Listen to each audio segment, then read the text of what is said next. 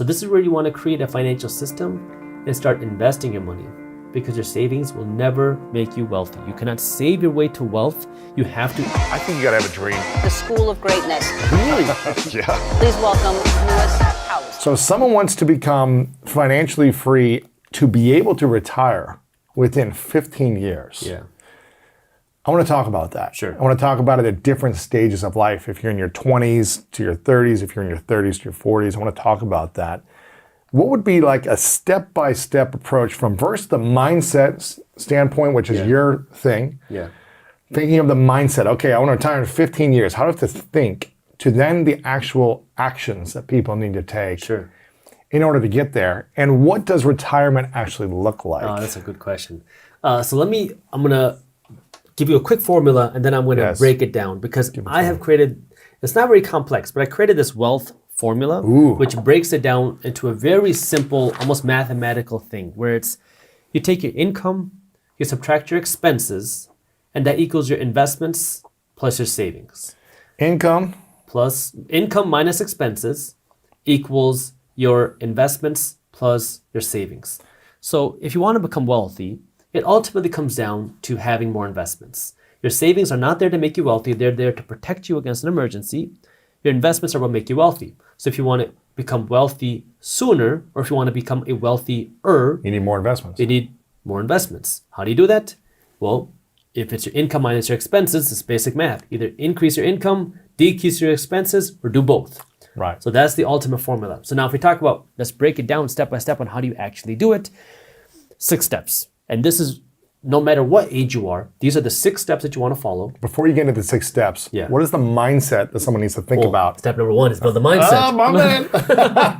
So step number 1 is you need to have the right mindset. And Okay. so this is why I call myself the minority mindset, and the brand minority mindset, because it's all about thinking differently than the majority of people. Because if you follow what the majority of people do, in 80 to 90% of situations, you're probably doing something wrong. And you'll be in debt, and you'll be paying off debts and loans for the rest of your life. The majority of people are broke. The majority of people are living paycheck to paycheck. The majority of people are drowning in debt. The majority of people have 0 to no investments. The majority of people are unhappy. The majority of people are miserable. And the majority of people do not like their jobs. This is not me exaggerating. These are all statistical numbers where more than 50% of people feel this way.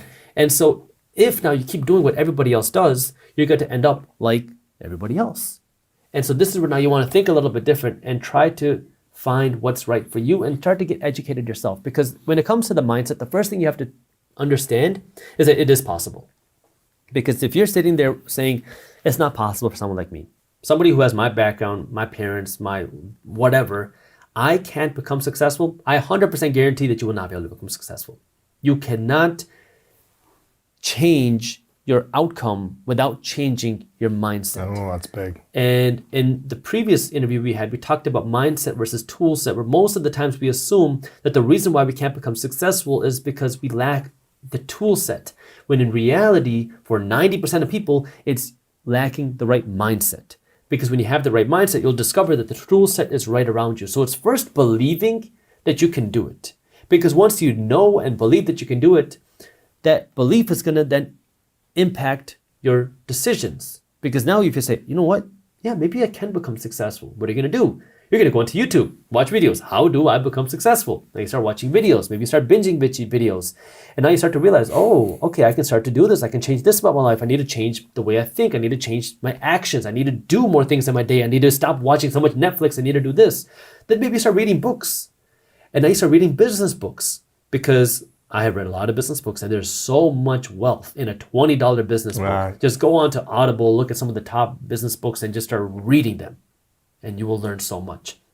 Now you start reading them. Maybe you start doing a little bit. Maybe you don't succeed too much, but you start taking some action, and you start to learn even more, because your experiences are some of the best teachers in the world. Even if you make mistakes, I have learned from my mistakes. I didn't have a mentor. I didn't have guidance. I didn't have investor family members. I didn't have people telling me how entrepreneurship works. I screwed up a ton, just like you. We made a ton of mistakes, and that's how we learned. And then maybe you go and take a class. Now you're like, okay, I want to learn how to do this. I'm trying to build this business. I'm doing something wrong. I'm trying to get a better job, or I'm trying to get a raise. I keep doing something wrong. You've read books, now maybe you find a class. You invest some money in this class and now you have more education. Now you try more. And now you start to see over time, oh my God, 12 months ago, I had no idea. I didn't even believe that I can do it. Now that I believe that I can do it, I started watching YouTube videos. I started reading books. I started taking classes. I started taking action. And then you keep doing it. Maybe you hire a coach. Maybe you hire a consultant. I mean, the list goes on and on and on what you can do. But it all first starts with the mindset, because if you tell yourself you can't, your mind shuts down and you're never going to find an opportunity. You're never going to look for the opportunity. So that's where the mindset is the most important thing. And if you don't have the right mindset, this is where the first thing you want to do is start learning, how do I build self-esteem?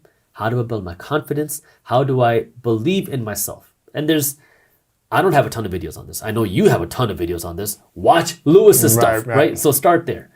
Then we go a little bit deeper now. If we're focusing on the finances. That mindset is number one. Mindset is number one. The second thing now, once you build the right mindset, is you want to create your financial base. And the best way to understand this is just to think, if you wanted to build a house, what do you do first? Well, you got to build the foundation. If you want to build a bigger house, if you want to build a bigger house, you want to dig a deeper foundation. You want to build a tall building, you need an even deeper foundation. So you have to start by building your financial base. And what that means financially is, first, you want to save $2,000 at the very least. You want to put aside some cash for savings as fast as possible. Because right now, it's something like 40 to 70% of Americans don't have, 40% of Americans don't have $1,000 to put aside, and something close to 70% of Americans don't even have $400 put aside to protect them against an emergency. So most Americans don't have $1,000 put aside. Get a $2,000 base. Start with $2,000 as fast as possible. Yep. And then you need to cut the financial bleeding.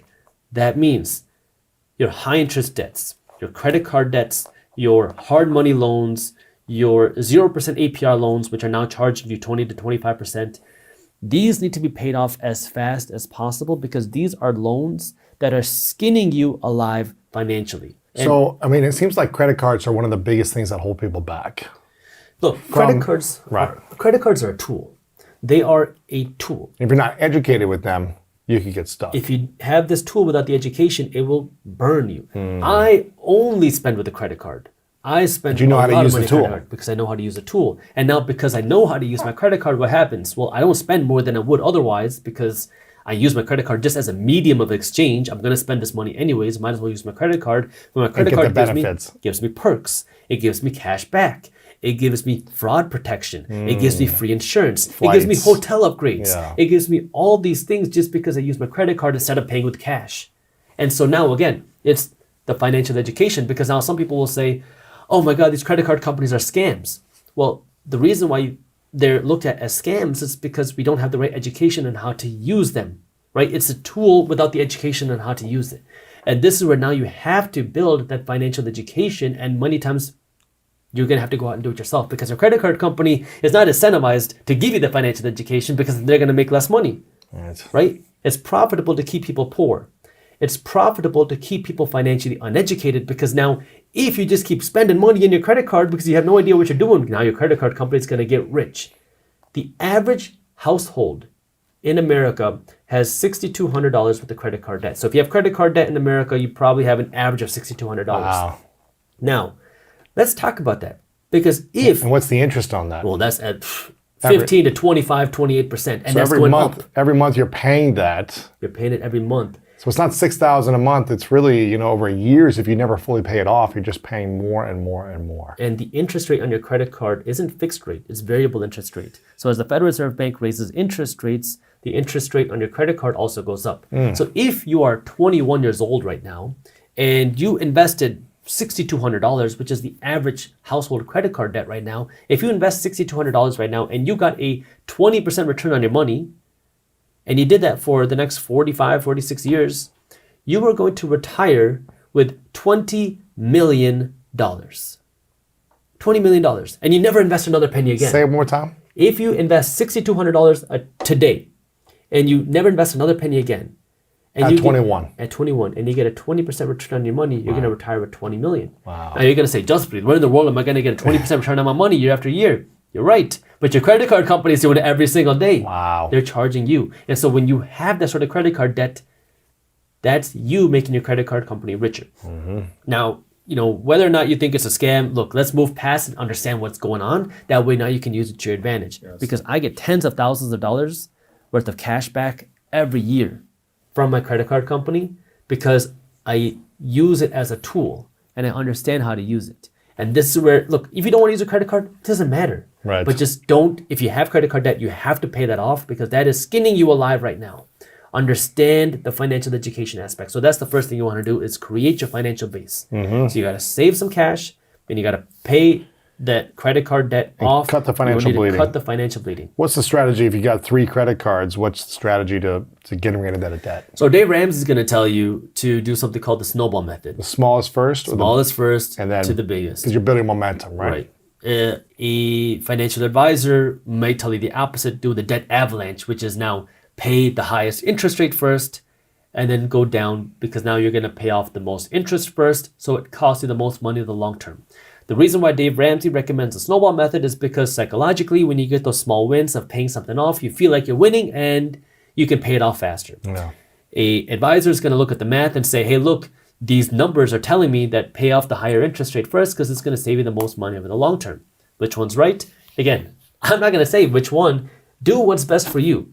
Because I know if I was in a situation, I'm not, I like the idea of paying down the heavy interest rate first because that's how my brain works. I don't need the small wins like that. I can work for the long term. I think, the entrepreneurial mindset where, I know how my mind works. So I understand myself.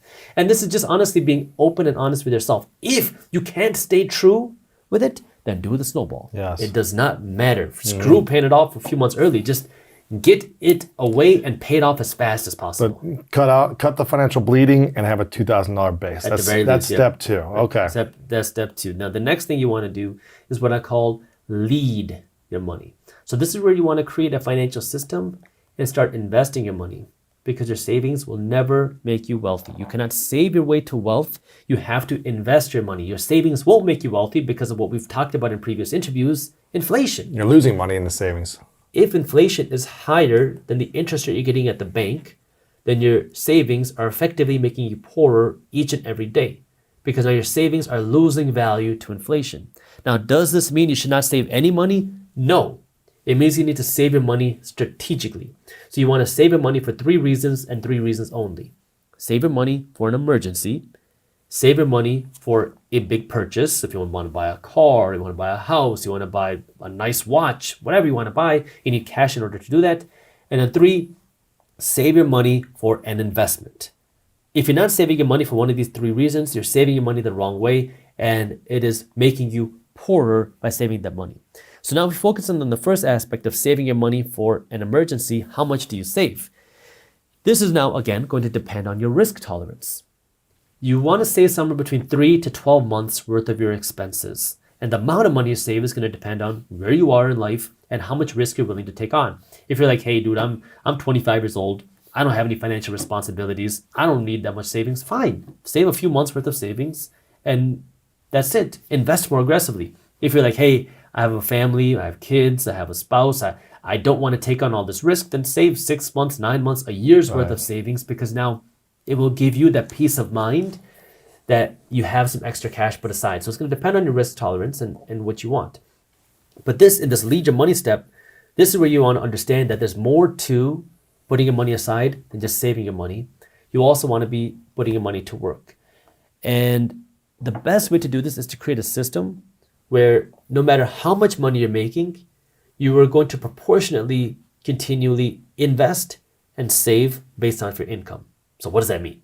Well, one of the simplest things you can do is follow something like percentage. My 75, 15, 10 plan, which means for every dollar that you earn, 75 cents is the maximum that you can spend, 15 cents is the minimum that you invest, and 10 cents is the minimum that you save. And this never changes with your income.